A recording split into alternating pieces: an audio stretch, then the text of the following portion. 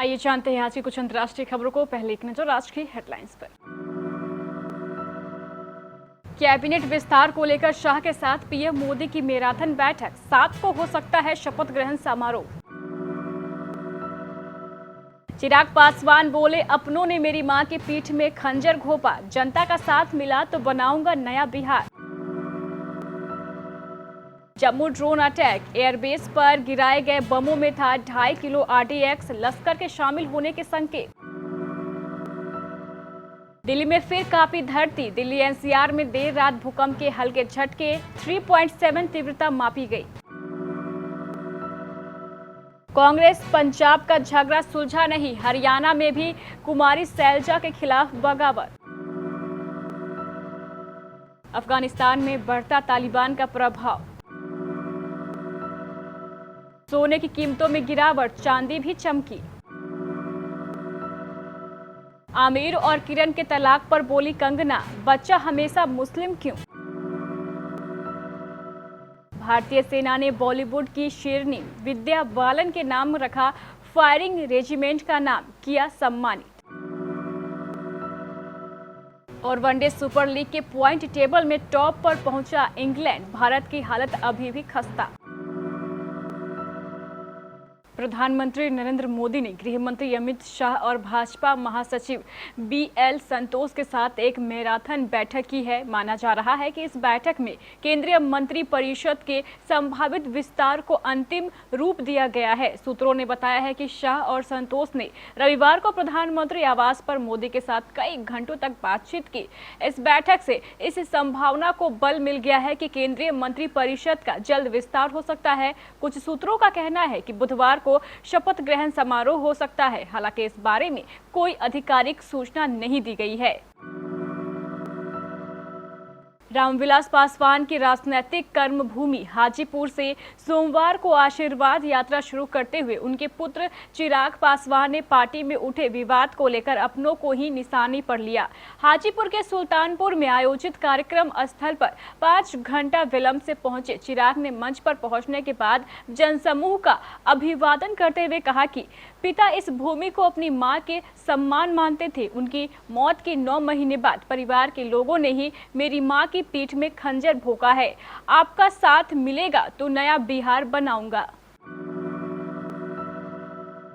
भारतीय वायुसेना के यहां स्थित स्टेशन पर 27 जून को लश्कर-ए-तैयबा के पाकिस्तान स्थित संदिग्ध आतंकवादियों द्वारा ड्रोन के जरिए गिराए गए 2 बम में लगभग 2.5 किलोग्राम आरडीएक्स का इस्तेमाल किया गया था। अधिकारियों ने सोमवार को यह जानकारी दी है। राष्ट्रीय अन्वेषण अभिकरण ने 29 जून को इस घटना की जांच अपने हाथ में ली थी। अधिकारियों ने बताया है कि जांचकर्ताओं द्वारा की गई पड़ताल में लश्कर-ए-तैयबा के आतंकवादियों के शामिल होने का संकेत मिला है, जिन्हें पाकिस्तान की खुफिया एजेंसी इंटर सर्विस इंटेलिजेंस से मदद मिल रही थी।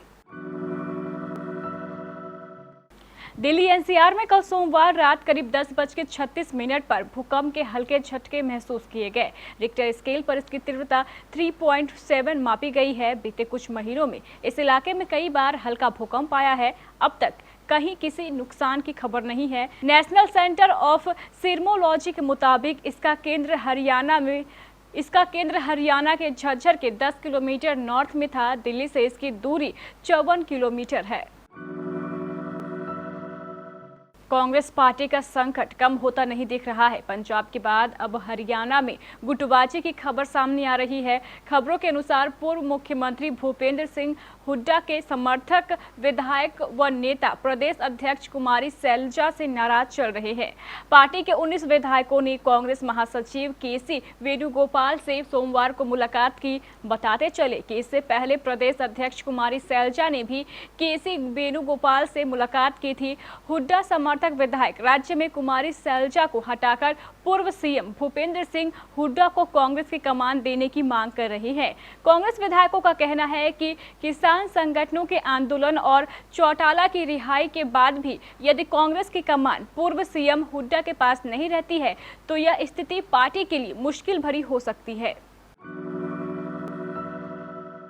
अफगानिस्तान में तनाव बढ़ता जा रहा है। अफगान सुरक्षा बलों की कोशिश के बाद भी तालिबान की ताकत बढ़ रही है। पिछले 24 घंटे में कंधार के महत्वपूर्ण जिले पंजवेई पर तालिबान ने कब्जा कर लिया है। आतंकियों की साफ मंशा है कि किसी भी कीमत पर पूरे मुल्क को अपने कब्जे में ले लिया जाए। तालिबान ने जून माह में भी अफगान सुरक्षा बलों से करीब 700 ट्रक और बख्तरबंद वाहनों को अपने कब्जे में ले लिया था। इसमें काफी संख्या में टैंक भी शामिल थे।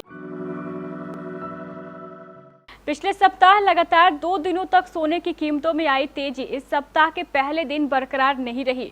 शुक्रवार के मुकाबले कल सोमवार को 24 कैरेट गोल्ड की कीमत में 162 रुपए की गिरावट देखने को मिली। वहीं चांदी कल मजबूत हुई है। 1 किलो चांदी का दाम बढ़कर 69,795 रुपए हो गया है।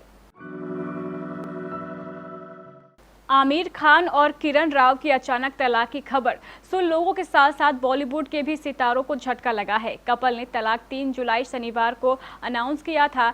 इस बात पर एक्ट्रेस कंगना रनौत ने रिएक्ट करते हुए अपने इंस्टाग्राम स्टोरी पर बात साझा की है। कंगना ने लिखा, यह समय ऐसा आया है जहां ज्यादातर पंजाबी परिवार अपने एक बेटे को हिंदू के तौर पर बड़ा करते थे तो वहीं दूसरे बेटे को सिख के तौर पर। ये ट्रेंड कभी भी हिंदू मुस्लिम और सिख मुस्लिम में देखने को नहीं मिला होगा और ना ही सिर्फ मुसलमानों में। लेकिन आमिर खान सर के दूसरे तलाक के बाद मैं ये सोचती हूँ कि आखिर इंटरफेथ मैरिज में हमेशा बच्चा मुस्लिम क्यों होता है? क्यों एक औरत हिंदू बनकर नहीं रह सकती है? बदलते समय के साथ हमें भी बदलना चाहिए।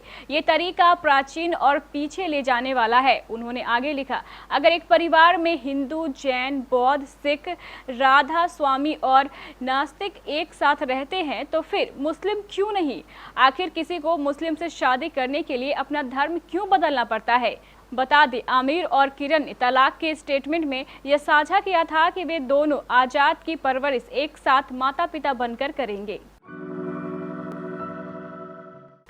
विद्या बालन की फिल्म शेरनी की सफलता से लेकर एकेडमी अवार्ड की चयन समिति में शामिल होने तक विद्या बालन इन दिनों कई पॉजिटिव कारणों से चर्चाओं में है।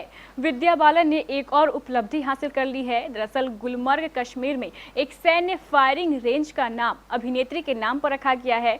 ये किसी के लिए भी बड़े सम्मान की बात होती है। विद्या बालन पिछले 1.5 दशक से बॉलीवुड की दुनिया में सक्रिय हैं और अपने अभिनय से उन्होंने लोगों का दिल जीता है। राष्ट्रीय और अंतर्राष्ट्रीय स्तर पर अपनी छाप छोड़ते हुए एक्ट्रेस विद्या बालन एक के बाद एक कई माइंड ब्लोइंग फिल्में कर रही हैं। अभिनेत्री ने इस साल की शुरुआत में कश्मीर में भारतीय सेना द्वारा आयोजित गुलमर्ग विंटर फेस्टिव में भाग लिया था। विद्या बालन की विभिन्न उपलब्धियों का सम्मान करते हुए भारतीय सेना ने गुलमर्ग में एक सैन्य फायरिंग रेंज को विद्या बालन फायरिंग रेंज नाम दिया है।